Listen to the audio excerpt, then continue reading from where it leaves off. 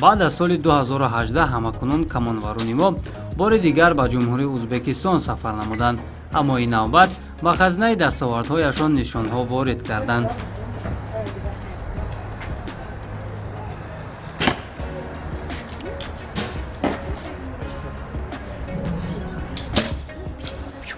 дар Ӯзбекистон шаҳри Тошканд мусобиқаи байналмилалӣ гузашт аз 22 то 27 феврал.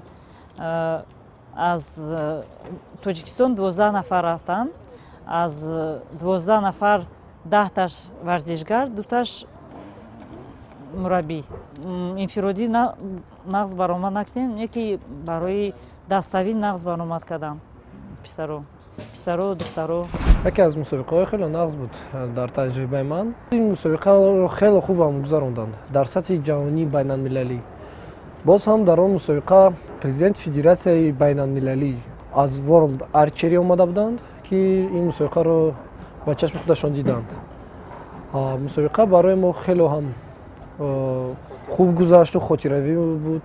аз чӣ сабаб, ки мо бо ҳамин ҳамдӯстонамон, ҳамсарҳадамон давлати Ӯзбекистон бисёр мусобиқаҳо мерафтему медидем ва чӣ гуна баромад мекарданд.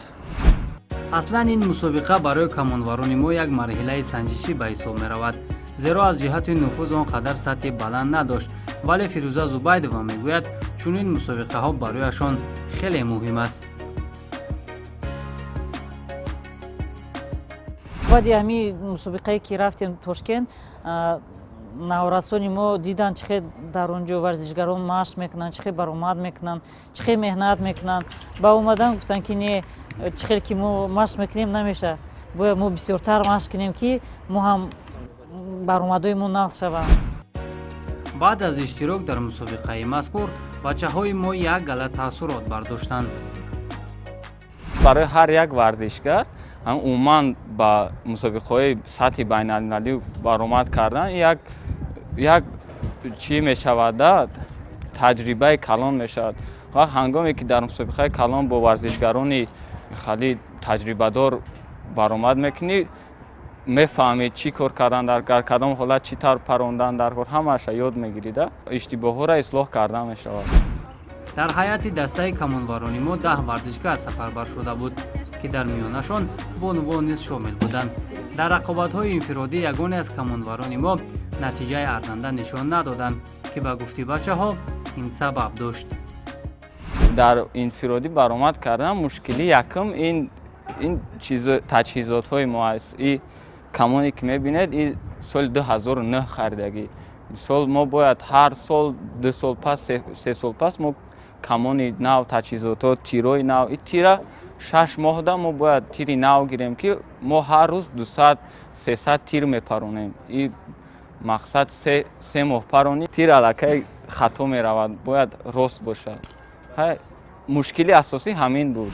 аз ҷиҳати инфиродӣ ман бо аввалин рақибам хато накунам, ҷои аввали ҷумҳурии Ӯзбекистон дар соли 2018 Ҳусниддин Рамзиддинов мебошад, ки вай дар соли 2018 хато накунам дар масофаи 18 метра вай мусобиқа гузаронда буданд ҷумҳуриявӣ. вай ҷои аввал шуда буд. аввалин рақибам ҳавай буд. бар натиҷаи 7-1 ман вай бурд намудам. баъд аз он бо ҳамроҳи дӯстам ғалтидам аз дастаи Ӯзбекистон буд, ки вай солҳои тӯлони дароз вай дар ин намуди раиштаи варзиш аст. ба он рақибам мағлуб шудам бар натиҷаи 6-0. Второе место заняла не менее дружная команда Таджикистана в составе Рахими, Рахмонов, Рустамов. дар ин мусобиқа варзишгарони мо аз ҳисоби даставӣ мақоми дуюмро ишғол намуда, соҳиби 6 медали нуқра гардиданд. масофа дарозиаш 70 метр буд. дар он масофа мо зидди рақибамон аввал дастаи Ӯзбекистон буд, баъд аз он дастаи Қирғизистон буд. баъди ки мо дастаи Қирғизистонро бурд намудем, баъди аз онҳо бо дастаи Ӯзбекистон дар финал баромадем барои ҷои аввалу дуюм. мо кӯшиш кардем, лекин афсус ин карад мо ҷои дуюмро гирифтем. ба гоҳи суҳбат Фирӯза Зубайдова аз омилҳои кам рушд кардани ин риштаи варзиш лаб во кард. одамое ки нигоҳ мекунам оя мегӯм ки я одам мебоша ки дастгирӣ кунам оя мо ваёи ҳичи камӣ надорем. бачаҳои наврасони мо нағзанд, меҳнатиянд, не ки ҳами камакак ёрдам дар кора. машқҳои дастаҷамӣ дар Тоҷикистон тими мунтахаб надорем. ана мисол ман дар мактаби маҳорати олии варзишӣ кор мекунам. дар мактаби мо барои варзишгарони мактаб мо мегузаронем, лекин барои дастаи мунтахаб нест олӣ. гузарондани машқҳои дастаҷамӣ ва сафарбар нашудан ба мусобиқаҳои байналмилалиро мураббиён яке аз омилҳои асосии рушд накардани камонварӣ медонанд. дар пеш камонварони моро мусобиқаҳои литсензионӣ интизор аст. оё онҳо ба чунин мусобиқаҳо сафарбар мешаванд ё на? мусобиқҳое ки литсензионӣ мешавад дар Париж моҳи июнда мешавад. ҳозир мегӯм ки узбекҳо уже рафтанд машқҳои дастаҷамӣ, баъд дар мусобиқаҳо баромад мекунанд. ҷоми ҷаҳонда дар Таиланд, ҷоми Осиё, баъд Париж мераванд. аммо оли хай мо намедонем мерем намерем. ҳозир мекоҳем одамоя сарпарастона. имрӯз машқи зиёд дар кор аст, дастгирӣ дар кор аст ки тиру камон таҷҳизотамонро таъмин кунад. хеле ки мебинед ҷои ҳам камтар тангтар мо ҷои кушод бар ҳаво бошад, шамол бошад ки мо дар шамол парондана ёд гирем. ҳамин чизҳо бисёр мода лозим аст. дар моҳи июн ҳамин сол дар тобистон мусобиқаи ҷаҳонӣ мегузарад. дар он мусобиқа ҳадафи мо он аст ки иштирок намоем, роҳати ба бозиҳои олимпӣ гирем. тибқи нақшаи таълиме ки Фирӯза Зубайдова бо варзишгарон кор мекунад, бояд дар як рӯз ҳамон меъёре ки муайян гардидааст мутобиқ ба он камонварон тамрин кунанд. вале хеле бисёр хоҳишмандон не ки мо наметавонем гирифтан ва бирон ки мо ҳамин барои кӯдакое ки мебинем ҳозир машқ мекунанд 6 тирӣ доранд. ҳар як талаба бояд 12 тир дошта бошад. мо бояд як дарса монда мисол аз саҳар то бега тирандозӣ бояд 500-600 бокунанд. не ки ино 6 тир доранд ва ё чихел то бегаам паронанд ва ё дарс мехонанд, иловагӣ мераванд. кай метавонем? мо аввал ҷоямон то 70-90 метр буд, лекин ҳозир хато накунам ҷоямон 65-66 метр шудагист. лекин бо ҳамкорӣ бо кумитаи ҷавонон вайҳо ваъда доданд ки дар оянда метавонанд ҷоамонро таъмир кунанд, як масофаи дарозтар кунанд, 90-70 метр боз кунанд барои мо. агар ба гузашта назар кунем, мо аз ин риштаи варзиш ҷоизадори бозиҳои олимпӣ ва як қатор мусобиқаҳои байналмилалӣ Зебинисо Рустамовар дорем.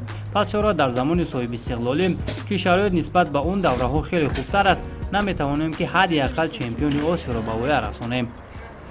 кумита ҳамин камонварӣ бояд федератсия сахт боша ки ба даст гира ба кор пеш меранд. як кумита наметавонад, кумитаи олимпия наметавонад чанд намуди варзиша. не ки агар федератсия камакак сахт бошад, ҳар кас кори худша куна, мисол мо мепаронем, кор мекунем мураббӣ, а федератсия бояд ҳамин корро пеш барад. агар ҳама техника мегӯянд ва ҳангоми парондан техника, эҳсосот ҳамаш бошад, лекин тир камтар каҷ бошад, вай 10 намеравад, вай 9 меравад, 8 меравад, ҷамъ намекунад. мо да ҷамъ дар курем, мо ҳама тиромон бояд 10-9 да бошад. агар 8 зани и сатҳи байналмилалӣ да намешавад. агар бидуни бовариву нақшаҳои номуайян тамринҳо ба роҳ монда шавад, то куҷо варзишгарони муваффақ пайдо мешаванд, инро вақт нишон медиҳад. дар вақти тамрин ҳолати парондан аз ҳамаро душвораш рости гап гӯем, вақти ту камонро бардошта баъд меқапӣ, ҳамин ҳолат камтар душвортар аст ки аз сабаби ки ҳар як одам кашиши худро дорад. масалан ман бошам, кашиши ман бо ин камон 24 кило медиҳад. ман бояд зиёда аз 40 сония 50 сония бояд рост истода тавонам наларзам. анин камтар душвортар аст. бояд барои он ки ин кор шавад тавони карда бисёртар бояд машқ кунӣ, бисёртар бояд бо ҳамин камон гирифта истоӣ ки тавонӣ шурӯъ паронда тони.